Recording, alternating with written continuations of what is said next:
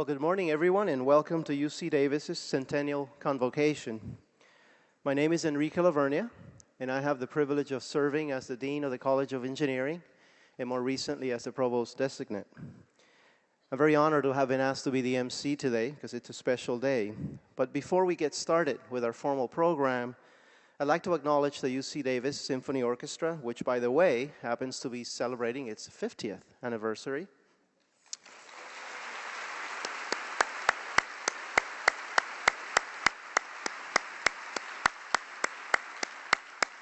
Thank you, Deacon Holloman, for your talent and that of your students. It's great to have you here today. Fall Convocation is a special time because it marks the beginning. It marks a time of promise. We come together as a community to celebrate the promise of the new year and to celebrate the many accomplishments that are before us. It certainly is great to see all of you today, parents, students, faculty, and members of our UC Davis community. I also know that we're joined by many new members of our UC Davis family this morning. Welcome to UC Davis. It's a very special time to be here because we are about to celebrate our 100th year of excellence in research, teaching, and service. Just imagine the last 100 years and try to envision what we're going to do the next 100 years. Join me in extending a very warm welcome to all returning and incoming students, but especially the members of the class of our Centennial class.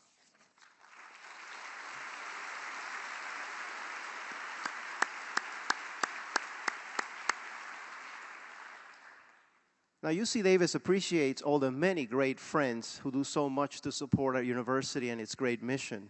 Please welcome our donors and volunteers in attendance today, including the UC Davis Foundation trustees, chancellors, laureates, and members of the Kalagi Alumni Association.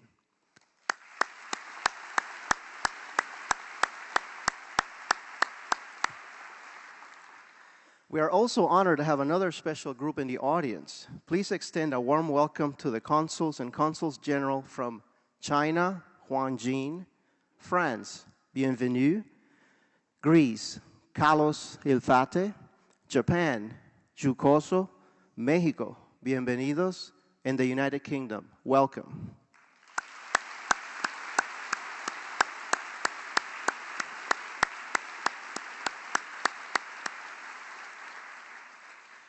But also many thanks to everyone who's joined us today to celebrate our Centennial Convocation. Now, in just a few moments, you'll have the opportunity to hear from our guest speakers about today's theme, which is a century of doing what matters. But first, please allow me to present the stage party.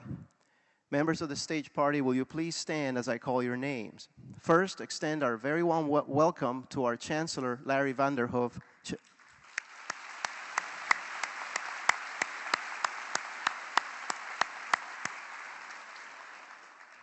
Next, please join me in welcoming UC Davis Interim Provost and Executive Vice Chancellor Barbara Horwitz.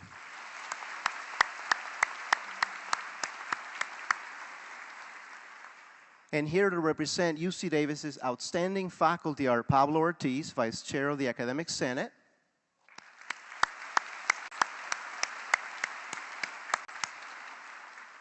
and Steve Blank, Academic Federation Representative.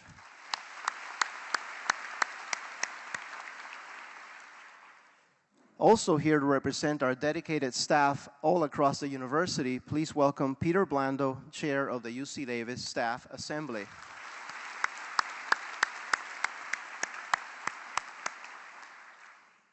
And here on behalf of UC Davis's exceptional student body is Ivan Carrillo, President of the Associated Students of UC Davis.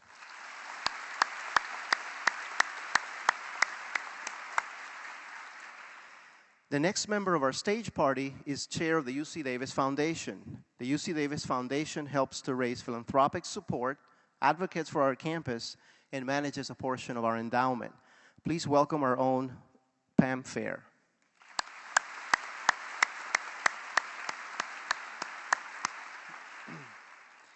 Next, please welcome the president of the Kalagi Alumni Association, Patrick Blacklock.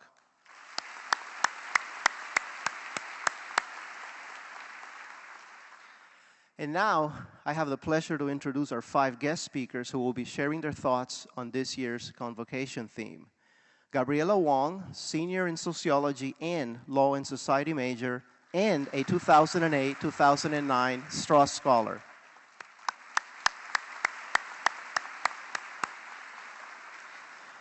Marshall McKee, Tribal Council Chair of the Rumsey Band of Winton Indians and UC Davis Foundation Board Trustee.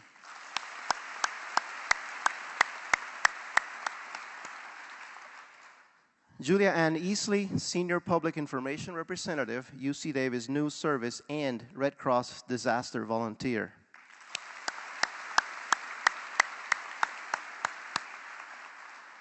Dr. John Madigan, Professor of Veterinary Medicine and Head of the UC Davis Veterinary Emergency Response Team.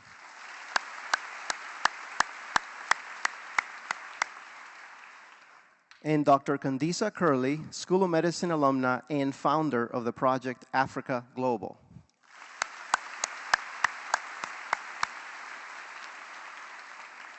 Many thanks to each of you, and we look forward to your comments. Now, when Chancellor Vanderhoef invited me to take part as MC of this convocation, he asked if I might share some of my own thoughts as to this year's theme of doing what matters. And after giving it some thought, to me it boiled down to one word, and that is people. You see, in order to do what matters, you need to understand how your decisions affect people. And I think that's very consistent with our theme, A Century of Doing What Matters, for our Centennial Convocation. Because UC Davis, from the beginning, has promoted an environment that encourages faculty to strive not just for scholarly achievement, but also excellence in pursuing their goals and making a difference in their areas of expertise.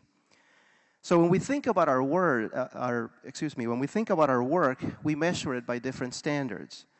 Standards that make a difference, a positive difference in the world. UC Davis has had a great impact because of this on the world around it and on working on some of the more important issues that we face today. For instance, we have a broad array of interdisciplinary research and academic programs aimed at finding answers to the energy crisis. We also have stellar faculty and programs that are working on making sure that the world's food supply is abundant and safe. And you can think of any major state, national, or global issue, and I assure you there are UC Davis policy experts working behind the scenes to find answers. The members of our faculty understand that making a contribution to society is an important and noble goal. And we also encourage our students to get involved in clubs, not just because it helps their resumes, but because we know it'll help them become better leaders tomorrow. As dean, I have always been very impressed by the values of this university, and I know that we are different from other institutions. We expect more from our faculty, our students, and our staff. In fact, that special spirit was recently recognized by the Washington Monthly Magazine, which ranks UC Davis 8th among all U.S. universities for its contributions to society. The faculty, the students, and staff of this great institution are dedicated to making a better world, a better state, and hopefully a better future for everyone. And now it is my great pleasure to introduce Chancellor Larry Vanderhoef, whose own commitment to doing what matters has had a lot to do with the building of this very special academic community. From the beginning, Chancellor Vanderhoef has been committed to carrying forward the great land-grant mission of public service upon which the university was founded. He has shown exceptional and sustained commitment to providing the best education to our students. He's worked very hard to foster a diverse and collaborative academic environment that provides the students with an enriched experience in a supportive learning environment. At the same time, he has been one who challenges students to be engaged citizens of the world. Under his thoughtful leadership and guidance, UC Davis has built a strong foundation from which we look forward to moving into the next century. Please join me in welcoming Chancellor Vanderhoef.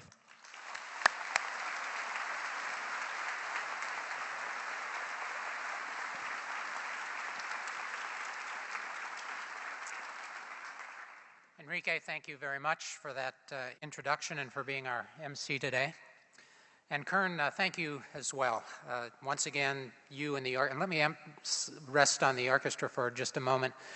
You folks are just great. I don't think I've ever had a single experience where you haven't made me proud to be UC Davis, and I hope you all are feeling the same way. You just do so very well. And I know you aren't all students. Eldridge, I see you back there, and a few others, but you're just great, and thank you so much. This music is so much a part of welcoming our newest campus community members and to celebrating the beginning of a new year. I know, Kern, your last year, right, as conductor, I can relate to that, actually. Frankly, I can't imagine a convocation without Maestro Kern Holloman, and I'm sure there are lots of other people out in the audience that are feeling the same way, and I want to welcome all of you as well. Thank you all very much for coming. I must admit that every year I walk out onto the stage here at this convocation thinking about those fleeting dreams that I had just a few days ago about the fact that I'd walk out here and there'd be nobody here. I don't know why I have that dream, but that's the dream that I have. You know that kind of dream, right? From when you were in college and you're dreaming about going to take an exam, and you know about that. And when you wake up, you're thrilled. You're just so happy to wake up. So I just woke up and you're all here, and I want to thank you very much for being here. Frankly, I didn't know exactly how I'd feel coming out here today. Again, it's my 15th year as Chancellor and my last year, and this is my last convocation. And I am a little bit sad. There's no doubt about that. But in fact, mostly I'm happy. I'm happy not because I'm leaving, which may have whipped through your head in a hurry there. That's not the reason. I'm happy because I've been thinking a lot about this. As I look into your faces and the faces of everybody that's associated with this university, I realize, like Enrique said, this is about people. And you are this, in your very special and unique way, you are this remarkable university. You're this university. We're in fine shape, and I'm just delighted that I'm going to be able to continue to be part of it as time passes. This year's convocation is extra special because it marks the 100th anniversary of the arrival of our very first class of students. They would have filled just a few chairs more than the front row of this hall. That's it. That's it. That would have been it. And in fact, we could have invited the entire city of Davis to join us, and they wouldn't even have filled the first floor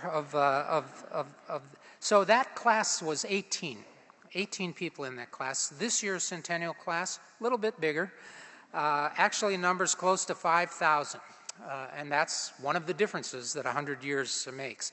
So today we're launching not only a new academic year, but our Centennial year. We'll celebrate a century of doing what matters, and we'll dedicate ourselves in this particular year to a special Centennial year of service. Those of you who know me well know that I'm wary of overstatement. I don't readily use superlatives.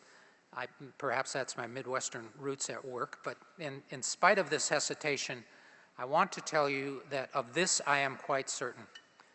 Everything that matters to us as human beings, UC Davis touches and transforms. Everything.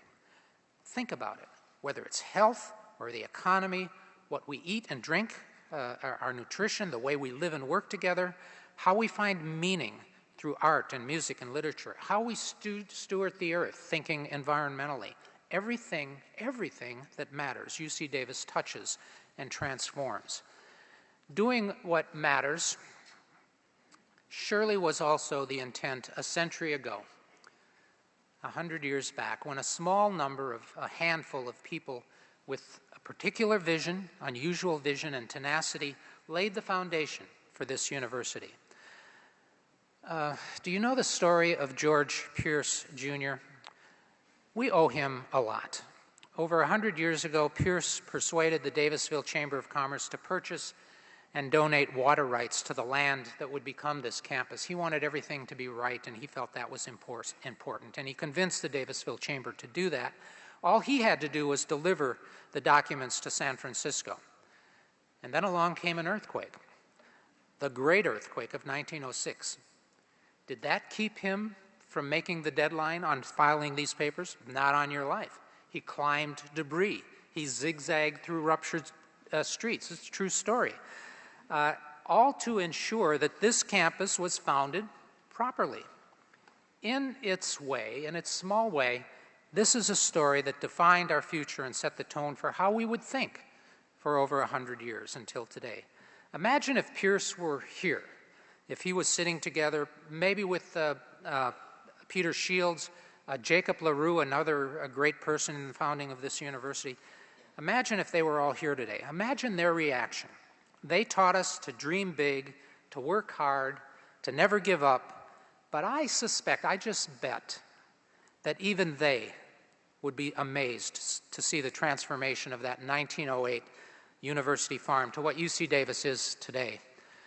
To their 1908 eyes, it would be, quote, rather like Cinderella looking at the pumpkin and hearing it would become a coach, but a child believes in miracles, unquote. I like those lines because they come from Celeste Turner Wright. She was born the year that the land was set aside for this university. She became our first tenured faculty member. She was only 22 when she arrived on the campus, and she came here to found the English department. She was amid a few stucco buildings, 2 wooden dormitories, lots of sheds and barns. There's no doubt that given those beginnings, that she and several others along the way, they must have sprinkled some fairy dust. It's the best explanation I've heard for how we've developed on the campus. I mean, I can't figure it out, the way things have changed and developed. But that's as good as I can come up. They helped transform a modest farm school into one of the nation's premier research universities. Frankly, I'm amazed myself at how far we've come, particularly since it was just 50 years ago, not 100, but just 50 years ago, in 1959, that UC Davis became a comprehensive University of California campus, a full-fledged campus. I've been here for half of those 50 years. I've watched it a lot firsthand, and still, I'm amazed at how it's developed. The special Centennial issue of our UC Davis magazine is just back from the printer, and it recounts our dramatic rise and 100 of the many, many ways that we've transformed the world. Our presence has expanded from Davis, this small plot of land here in Davis to begin with, to Sacramento and far beyond that. Our health system serves 6 million residents throughout Northern California. Our centers stretch from Bodega Bay to Tulare, to Tahoe, up and down the coast, and even all the way to Washington, D.C. In fact, our reach is truly global. Nearly half, think about this, nearly half of our faculty are involved in international activities. And our alumni, that number, by the way, is now up to about 185,000. They further spread the impact of UC Davis to every corner of the globe. That positive impact is felt in so many ways. Let me just listen to a few of the examples. Our physicians and researchers who are developing new and more effective medical treatments and therapies every day. Our food scientists who are developing new varieties of grain to feed the world's 70 million poor and hungry people. Our transportation experts helping to develop greener, cleaner fuels and vehicles. Our MBA students who are designing innovative low-income housing to help the homeless turn their lives around. Our faculty who are helping to prepare a cadre of K-12 teacher leaders to improve public school instruction. The more than 100 student volunteers who tutor low-income elementary school students through the Davis Bridge program. An alumna who is designing an award-winning line of clothing for women in wheelchairs. The summer abroad instructor who is introducing her students to the history and the culture of Greece, but not just doing that, teaching them along the way to be better citizens of the world in the process. The staff volunteer who for 25 years has enriched the lives of the animals at the Folsom City Zoo Sanctuary. And the more than 6,000 students and faculty and staff who annually contribute 700,000 hours of volunteer service. These are just a few of the many contributions that we know about. We don't know about everything. There's lots going on that we just haven't heard about. So I've just barely scratched the surface of what our people are doing, and the numbers are big and impressive. A century later, it's very clear that one thing hasn't changed, that very special spirit that has always characterized this campus. Clark Kerr is a name known to lots of you. He was a revered former president of the University of California and a revered higher education statesman. He described the spirit that I'm talking about in this way. The Davis campus has always had more community spirit than any other. It was, above all campuses, an integrated human and intellectual community, a friendly, pragmatic place, and very resourceful in working out problems. That was Clark Kerr. He confessed years later that Davis was truly his favorite UC campus, and he sent his children here, as a matter of fact, to be educated. It's that very special, caring spirit that has made us what we are. It's gotten us through the toughest times, and it's made us really shine when the times were good. And it all springs from a very simple premise. We have, for 100 years now, held to a simple principle. We do what matters. It's our calling, and nobody does it better than we do it. Keeping that promise in a rapidly changing and shrinking world means we'll have to be even more innovative and agile. Just think how much has changed in the past 100 years, in the past 20. Beloit College produces a mindset list every year for each fall's entering college class that makes this point in a playful but a really pointed way. For the class of 2012, that's this year's entering class, they were born in 1990, IBM, it doesn't compute, right? 1990. To them, IBM never made typewriters. What's an IBM typewriter? The Tonight Show has always been hosted by Jay Leno. GPS satellite navigation systems, always available. Landline telephones, obsolete. Just a whole different way of thinking. And these students' frame of reference is clearly different from us, for one thing, but for just think, I have a 97-year-old father-in-law. Lots different. My daughter is 38 now. Even last year's graduates, just 4 or 5 years older, a whole lot different than what their perspective is. That has meaning for us at the university because we have to continue to change as they change. There's no doubt that what matters has changed dramatically and rapidly over the past century, and it's going to continue to do so.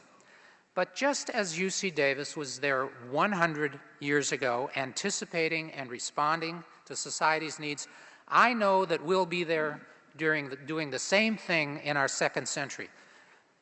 It really is not an option for us. It's in our genes. It's our culture. It's what we do, and we do it well. When the UC Davis family gathers 50 years from now or 100 years from now, you just know that they're going to be telling us the same story of dedicated service. They're going to have a few decades of additional examples, but they'll be celebrating the second century of doing what matters, and they'll be lauding what you've done on the job, in the classroom, on your own time.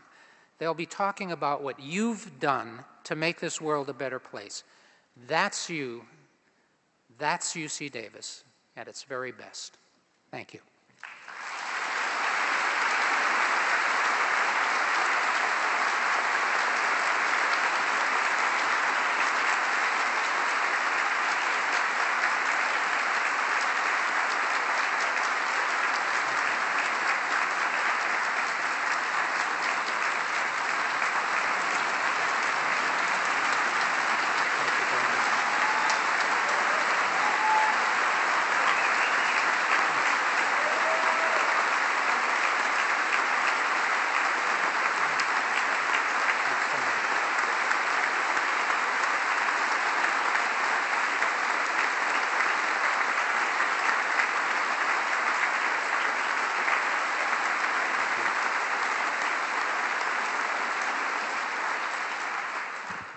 You know, when that kind of thing happens on TV, they go like this and they ask people to sit down. I didn't want to do that. I just thought, Now we'll hear from 5 members of our campus family who will share with us their brief personal stories about what they do that matters and what makes a difference in the lives of others. Our very first is Gabriella Wong. Gabriella is a senior from Union City, and she is majoring in sociology with an emphasis in law and society. She recently won, as has already been mentioned, a Strauss Public Service Scholarship and will use her scholarship to create a community organization in support of the deaf and hard of hearing community in UC Davis. She also intends to launch a retention and mentorship program for our deaf students and outreach efforts to recruit more deaf and hard of hearing students to UC Davis. Gabriella.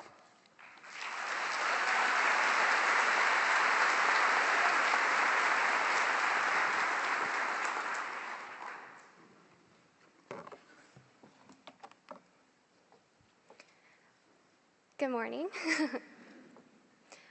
I am classified as a CODA, C-O-D-A, which stands for Child of Deaf Adults.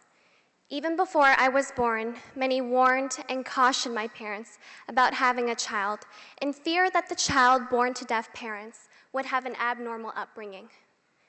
Ignoring the comments made to them, my parents decided to have a child anyways, confident and having the ability to prove that they had the capability to raise children. Due to the fact that I learned sign language before I even learned how to speak, my parents enrolled me in a private school, believing I would receive more individual attention to combat my speech dysfunction. At this private school, I was not able to understand my kindergarten teacher and never received the guidance or help to break the communication barrier I faced. When I went to this school, I constantly asked for help, but the students and the teachers did not understand what I was saying. And instead, I picked up English, learning it back from my learning English, basically picking it up from my surroundings. I felt excluded and frustrated. I constantly requested help from my teachers, but instead of sympathizing with my disadvantage, all they could do was ask why I didn't understand the material when my peers did. Since it was a student body of only 200 and a teaching staff of 30, it became well known across the school that I was not able to understand and had difficulty learning for speculated reasons such as laziness. I did not understand why these people treated me this way, and I strongly disliked the fact that people were judging me based on the fact that they didn't understand my background. But I realized if people were making these judgments about me because my parents were deaf, how then do people treat other deaf people like my parents and millions of other deaf people? In realizing this, I decided to dedicate my time in understanding the deaf experience. In learning and interacting with the deaf community, I found that many deaf people experience exclusion and frustration due to communication barriers, ignorance, and insensitivity to accommodations. I wanted to solve this problem, but I had no idea where to start. Then, in my junior year, I received information about the Strauss Foundation. And what really stood out to me about this foundation was the fact that to receive funding, students had to propose a community service project in order to get the things done and to get the scholarship. And in addition to that, they had to carry this community service project out their senior year. Enthusiastic, I decided to apply for the scholarship and did some research and found that UC Davis is one of the few universities throughout the nation that provide accommodations for deaf people, such as sign language interpreters. I was so enthusiastic, and the Strauss Foundation rewarded me to be its 2008 scholar and has been a fundamental part of my dream to make the deaf people and to make others like people in the deaf community to see that UC Davis is a place for them and a place where they can achieve their dreams. As we celebrate UC Davis's centennial anniversary, I would like to acknowledge the fact that UC Davis has opened many doors for me and many doors for many other people. UC Davis is a place that has allowed me to find my passion, to achieve my goals, and to reach for my dreams. Just like my parents, who held steadfast to the belief that they had the capability to raise children. I would like to thank my parents and for everybody here today, because I know we all have the ability to do what matters most to us, to hold steadfast to the dream and the belief that you can do whatever you can set yourself out to do, no matter what barriers or obstacles you may face. Thank you.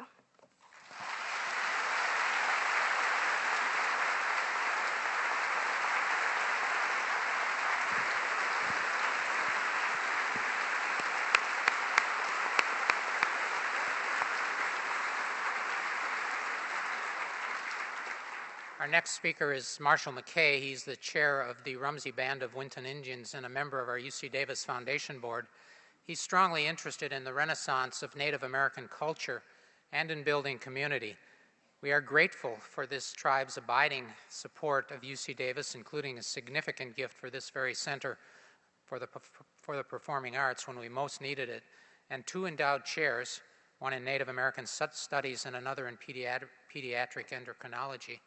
That faith and that generosity have surely enabled UC Davis to do more that truly matters. Chair McKay.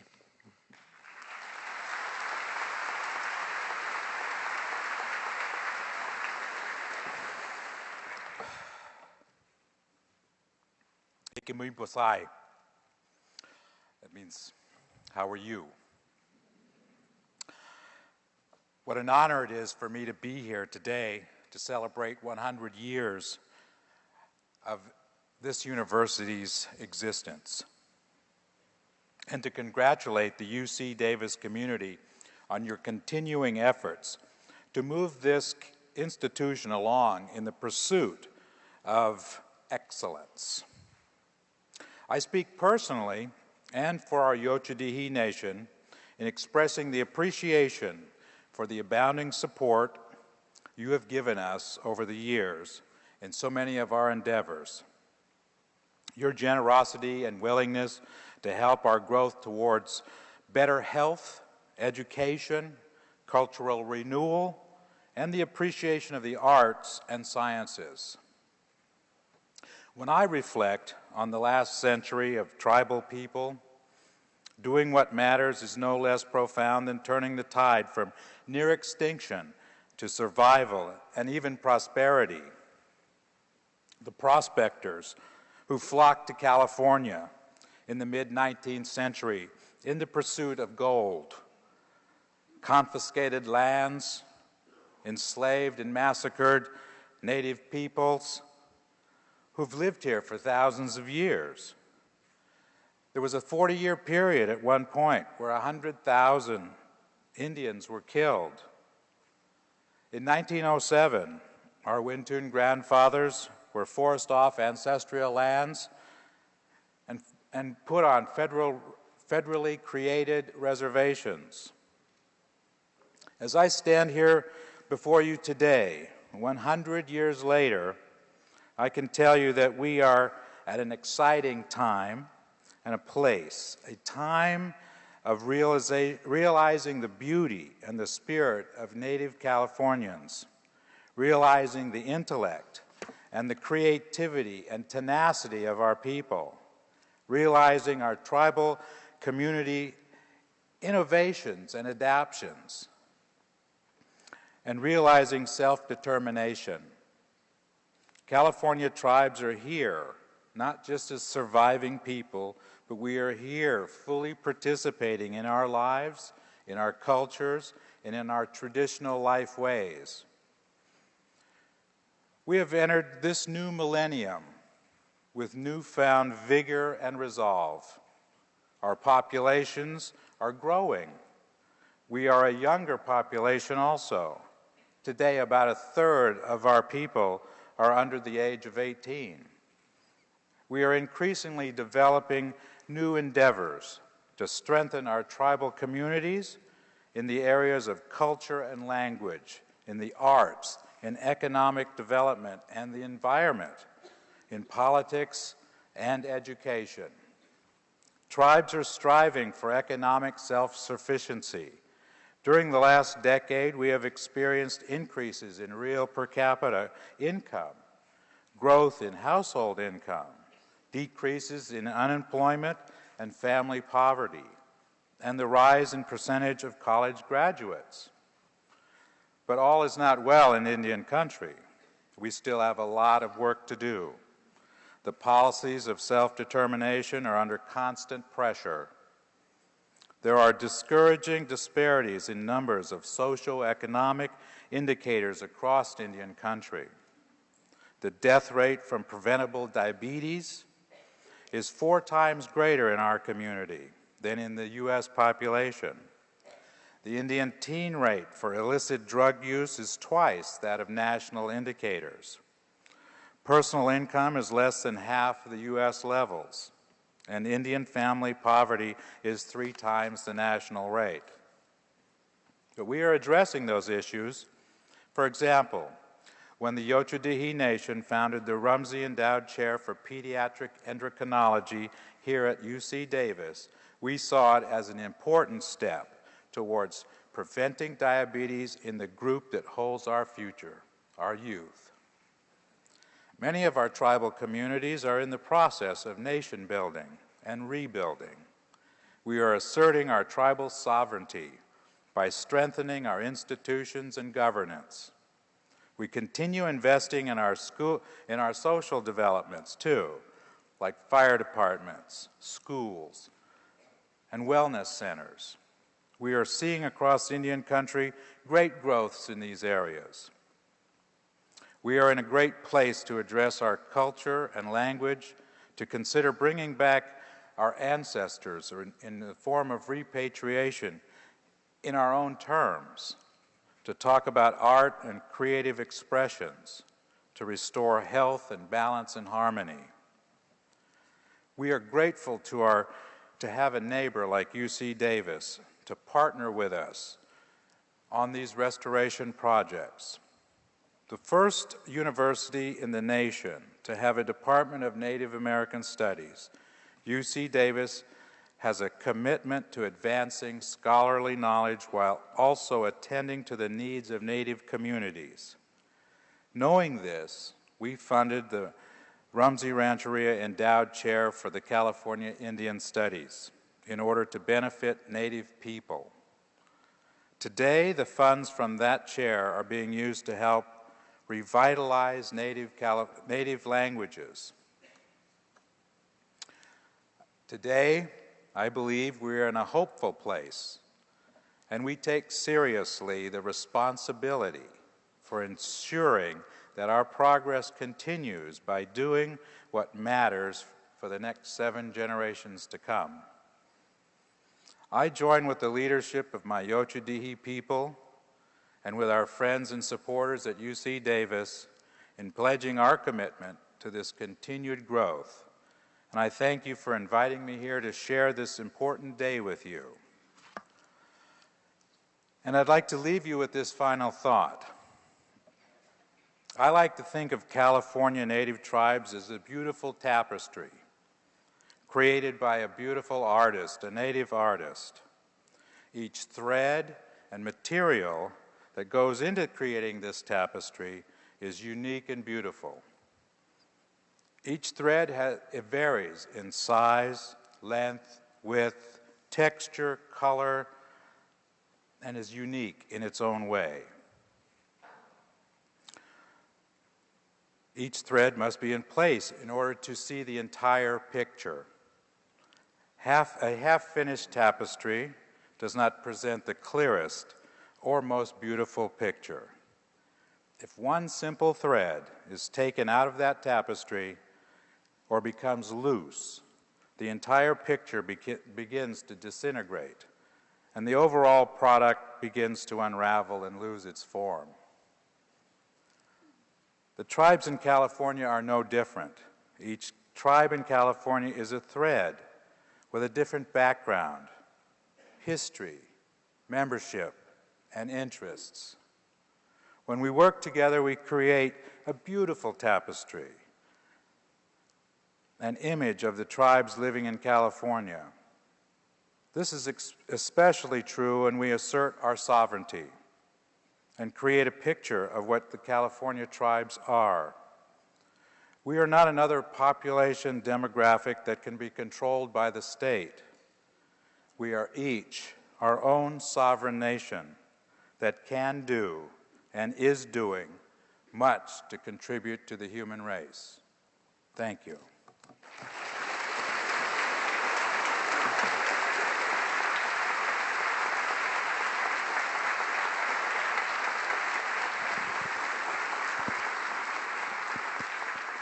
Thank you, Marshall. Next, we'll hear from Julia Ann Easley. Julia Ann is a senior public information representative in our news service. It's a post that she's held for the last decade.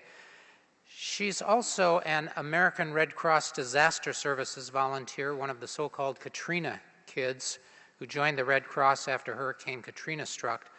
She helped then by supervising the public affairs team at the largest Red Cross center in Louisiana. Since then, she's assisted the Red Cross at the Tahoe Angora fire last summer and the San Diego wildfires last fall. Julianne.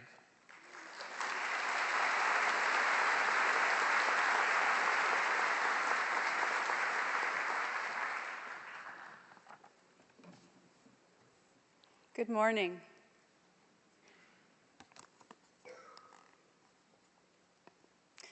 I received this small, crumpled note 3 years ago this week, and since then, I've treasured it.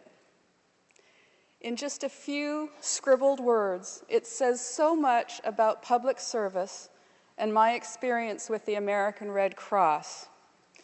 In the wake of Hurricane Katrina, my heart compelled me to see what I could do.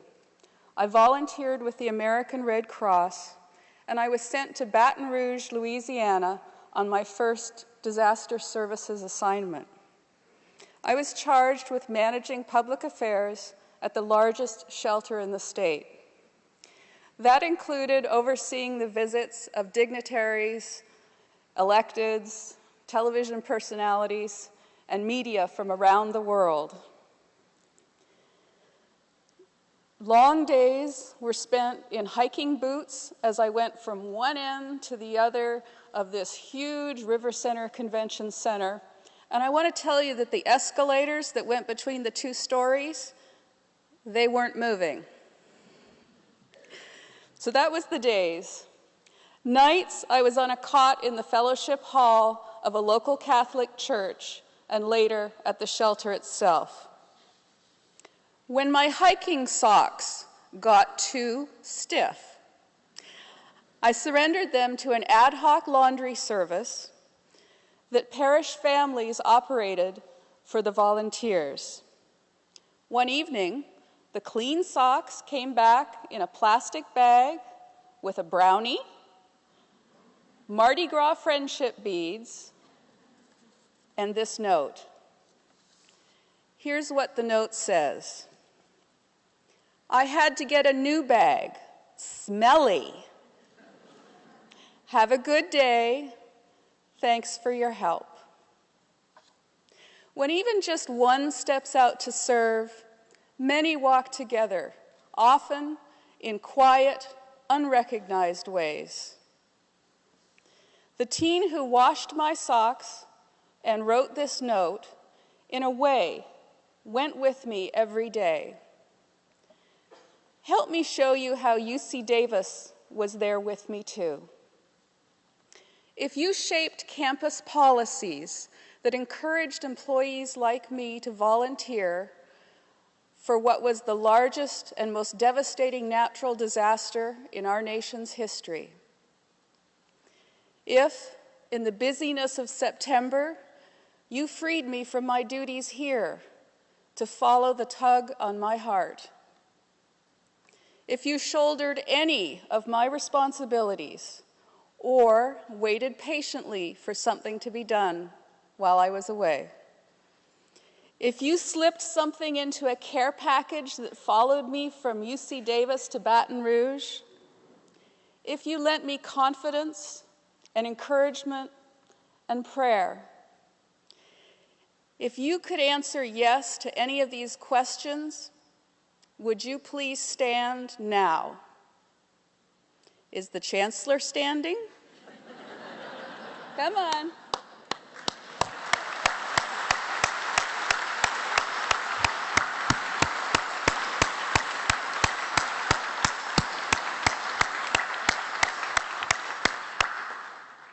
Thank you. Now let me tell you what else you and I have done together. When I volunteered to help the people after Hurricane Katrina, and last year during the Tahoe, Angora, and San Diego wildfires, you were there too. You provided vital information so disaster victims found emergency shelter, food, and comfort. You helped shelter residents tell their stories in news interviews. You helped protect their privacy and their dignity.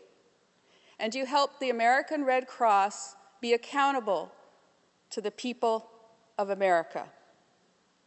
As the winds and the rains of Hurricane Rita beat down on Baton Rouge, you welcomed a weary woman and her elderly mother into the haven of the shelter. In South Lake Tahoe, you helped a mother affected by the fire use a Red Cross service to get a message halfway round the world to her son who was serving in the military. She was okay. And in your arms, you caught the spills of grief and loss and relief and joy from 1,000 conversations, and even more, the silences. In my most challenging assignment in Baton Rouge, I served as a point person for the visit of former President Bill Clinton. My team and I needed and received the support of many fellow volunteers, and they were eager to share in that excitement that just rocked the shelter. After the visit was over, all of the Red Cross volunteers gathered for a staff meeting. I poured out my appreciation to them, the volunteers we borrowed from other units, and many others who helped. I also paid a special thank you to those who remained at their regular stations and kept shelter services going. When I thanked them, I was also thinking of you. Thank you, UC Davis.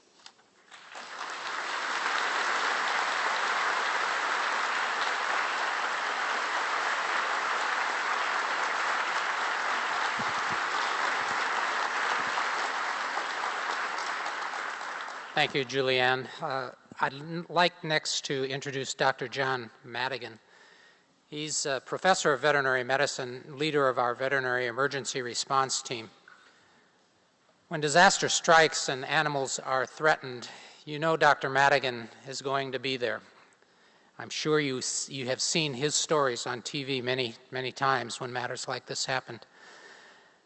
An expert in emergency medicine, he has actively engaged in national and regional rescue operations for animals caught in such natural disasters as floods and fires. He also helped design a special sling and a large animal lift, both widely used in emergency medicine and large animal rescue. He's clearly another example, another inspiring UC Davis example of doing what matters. John.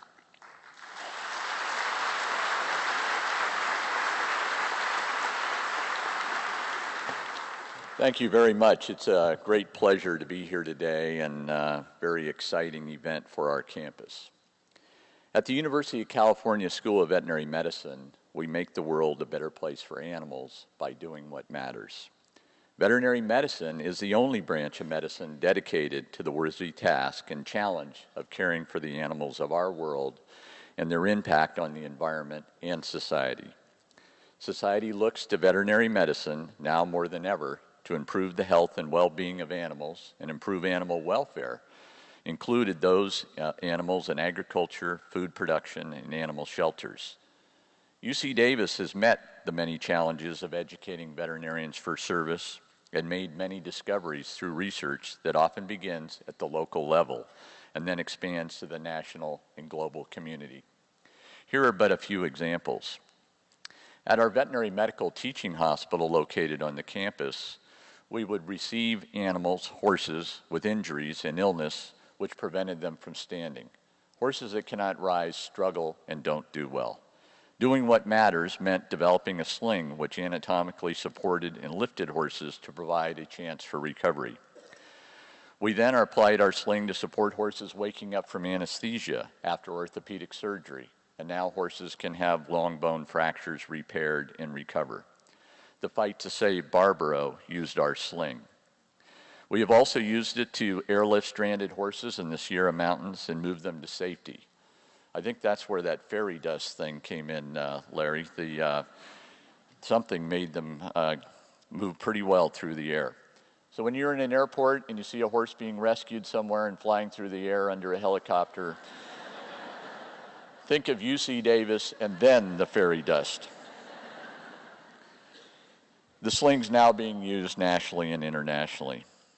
In another area, in preparation for the spread of avian influenza in birds and its potential through mutation to become a human flu pandemic, my colleague, Dr. Carol Cardona and her associates, developed Flu School to reduce the potential spread of the flu virus in birds going to people, and applied that in our live bird markets in our local Asian and Mexican communities. This program has been followed up nationally and globally by USAID as a means of curbing the spread of viral disease between birds and people around the world. When a group of sick kittens were presented to our veterinary medical teaching hospital for recurrent runny eyes and respiratory infections that weren't responding to traditional treatments, Dr. Niels Peterson of our School of Veterinary Medicine looked for the root cause, because at UC Davis, doing what matters means looking deeper. By doing so, he isolated the feline AIDS virus, which has now been shown to be present in feline species worldwide, including the endangered cats of Africa. In 2006, a wildfire struck Yolo County, burning 40 square miles overnight. No human lives were lost, but animals were severely affected. Sheep rancher Bill Slavin of Zamora, California, had 1,400 sheep on the range that night, most which suffered burns and smoke exposure. Our UC Davis Veterinary Emergency Response Team, a volunteer group of veterinary school faculty, students, and staff, responded. Our task was large and without precedent, but doing what matters can mean doing difficult things. Our team examined each sheep, provided treatments for the burns, gave pain medication, and where necessary, provided a humane end of suffering to those animals too injured to recover. Over a 6-week period, our team continued to treat the sheep with our veterinary student volunteering after school, on weekends, and even by flashlights in the evening until their task was completed. I'm going to deviate from my remarks a little bit and acknowledge one other component of that rescue and that effort, and that was the note that Larry penned to me supporting my efforts during that particularly difficult time. It was a very short note. It was, he says that he doesn't overstate things. He clearly overstated my contributions, used the word, I think, hero in there, and maybe even superhero. But I got to tell you, it made me feel better. And I realized part of our team of doing what matters was all the way at the top in our university. And we went out the next day, and I did, feeling supported and better in trying to accomplish a very, very difficult task. So thank you, Larry, for that. By doing what matters these past 100 years, UC Davis has been a good neighbor in our community, our state, our nation, and our world. I urge those beginning their associations with UC Davis to join us with your energy, your new ideas, and a willingness to take a risk to accomplish something great to benefit our society. Together, we can carry forth this UC Davis spirit in the next 100 years, beginning right now. Thank you.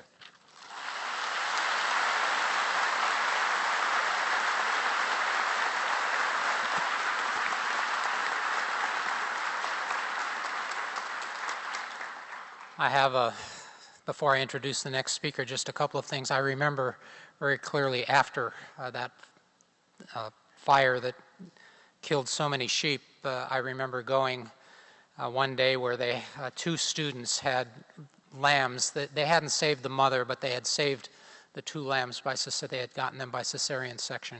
I don't think that they will ever have an experience that uplifted them more and made them feel better than having that particular experience.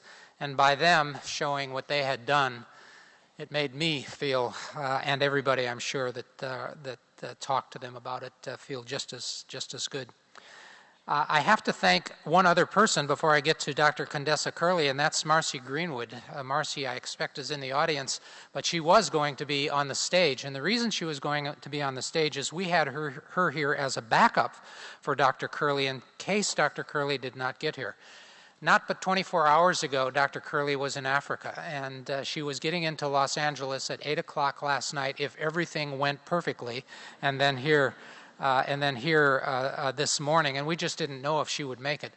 One of our people tried to get in touch with her through email and telephone and wasn't able to make contact last night, so we felt for sure that something had gone wrong. And we still were feeling that way at 5 minutes to 10, but at 4 minutes to 10, 4 minutes to 10, in she came with her husband, and she is our final speaker, Dr. Condessa Curley. Dr. Curley is a graduate of the UC Davis School of Medicine. She's currently on the staff of the Eisner Pediatric and Family Medical Center in Los Angeles. She is the 2008 California Physician of the Year, as well as the recipient of the School of Medicine's Distinguished Alumni Award. Both awards are recognizing her work to bring much-needed medical care and equipment to impoverished areas of Africa through the nonprofit organization she founded, Project Africa Global. She's widely praised as a visionary leader, a mentor, an educator, as somebody who truly cares. Dr. Curley.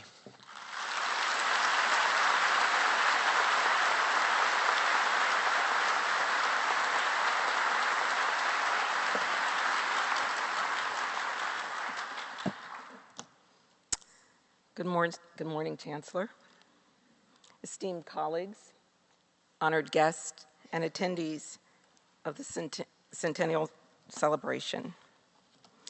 The question of what really matters is one I entered UC Davis with in 1992. What happened during my medical school tenure here gave me the tools to begin my journey, which has helped me to find that which matters. It was early September in the year 2000 when I met Vumili. She was lying on the side of the road near a rural village in Swaziland, Africa. We stopped our vehicle to inquire how we could help. She could barely speak, but when I greeted her, we made eye contact. Her eyes told a story of a mother's love, a wife's submission, a caring friend, and a trusted confidant. They also told of an incomprehensible depth of sadness as she lay dying alone on the side of the road, as this was her fate for contracting AIDS. I soon began to agonize over how I could help her. What could I do to soothe her pain? As I rummaged through my backpack, I felt absolutely hopeless. I found nothing I could use to assist her. I am a doctor. I am supposed to help the suffering, ease their pain, and offer a course of treatment to cure, or at minimum, palliation. I had no medications to give her. My stethoscope could barely hear her heart sounds because of the fluid that had accumulated in her lungs. I could not offer her a cool, moist towel to moisten her lips, as I had only a bottle of water which was warm from the heat of the hot African sun. As I continued to frantically rummage through my backpack, my hands became still. I thought, how could my medical training fail me now? I then realized that I had forgotten one of the questions I had been asked by my preceptor, Dr. Faith Fitzgerald. What is at the core of the human experience, she would always say. I then realized I had what she needed. It was in my hands. As death approached, I sat with her, moistening her lips with water while bathing a body that was so thin one could count every bone in her body. Her weak voice began to change to soft moans. As she took that final, long, shallow breath, her piercing, beautiful eyes began to change. There was a peace, a thank you that I will never forget as she transitioned to join those who had gone before her.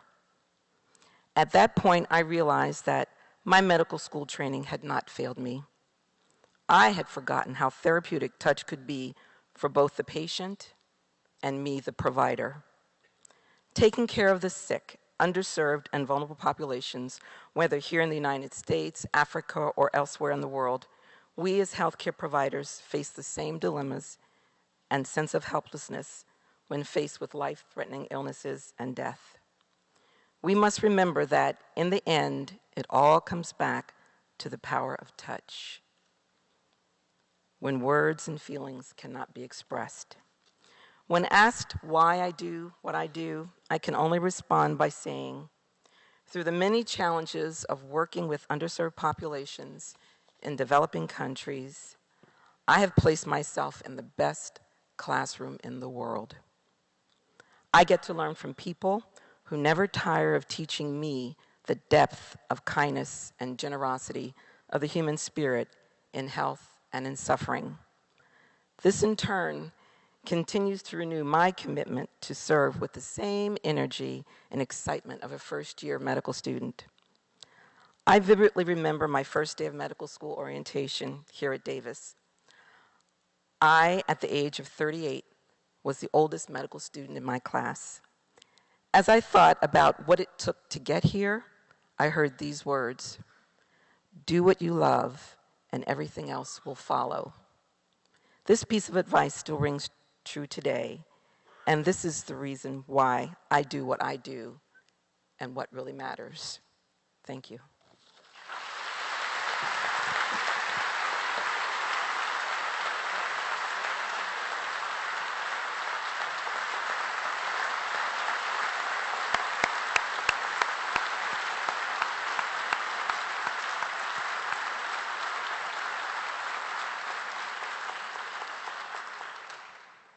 Well, I must say that they are inspiring and proof positive of the extraordinary impact that one person that's doing what matters, what a difference they can make.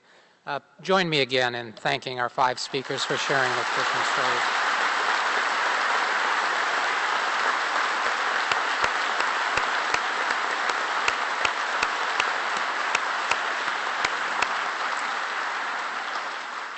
During this very special year, we will shine a light on the extraordinary good work that people here do every day, and we'll invite everyone to participate in a centennial year of service in ways that they find personally meaningful. I hope you'll visit our Centennial website to see what other UC Davis family members are doing to help others and to share your own stories of service. In big ways and in little ways, each and every one of us, each and every day, can help make this world a better place. Thank you very much.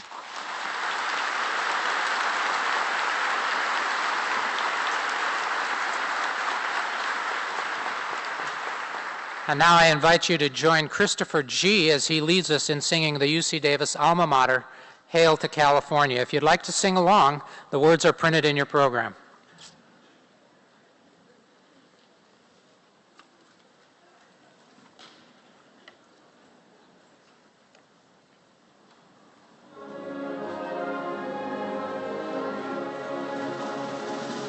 Hail to California, alma mater dear. Sing the joyful chorus, soundeth far and near, rallying round her banner, we will never fail. California, alma mater, hail, hail, hail.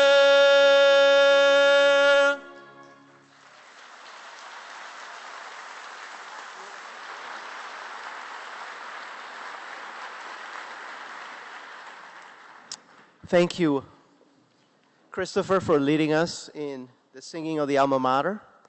Chancellor Vanderhoef, thank you for the strong leadership and vision that you have provided to this campus for so many years. And thank to each and every one of you for being here and for making this a very special community. Now, you are all invited to gather at the Mondavi Center's Corn Courtyard and Sconiers Plaza, adjacent to the ticket office, for a reception to celebrate our 100th birthday cake. But please take a few moments to enjoy Handel's Allegro from Water Music, performed by the talented UC Davis Symphony Orchestra, led by D. Kern Holloman. Thank you.